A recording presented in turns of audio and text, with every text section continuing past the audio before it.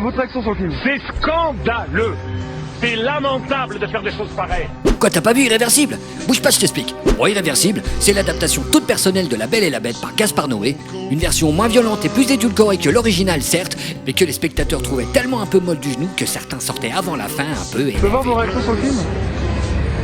Ça marche pas. Non monsieur, votre action sur le film. C'est scandaleux. Mais bon, faut pas oublier que le film est sorti en 1932. À cette époque-là, les gens étaient bien plus fragiles, ils n'avaient pas encore vu Armageddon. Donc le film démarre, tout se passe bien d'entrée, la vie est douce, la belle est belle, la bête est un peu bête.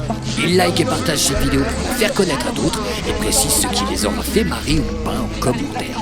Et s'abonne à la chaîne pour ne pas louper les futurs contenus parce qu'il y en a un petit peu plus et qu'on va vous le mettre quand même. Qu'est-ce que je viens de dire?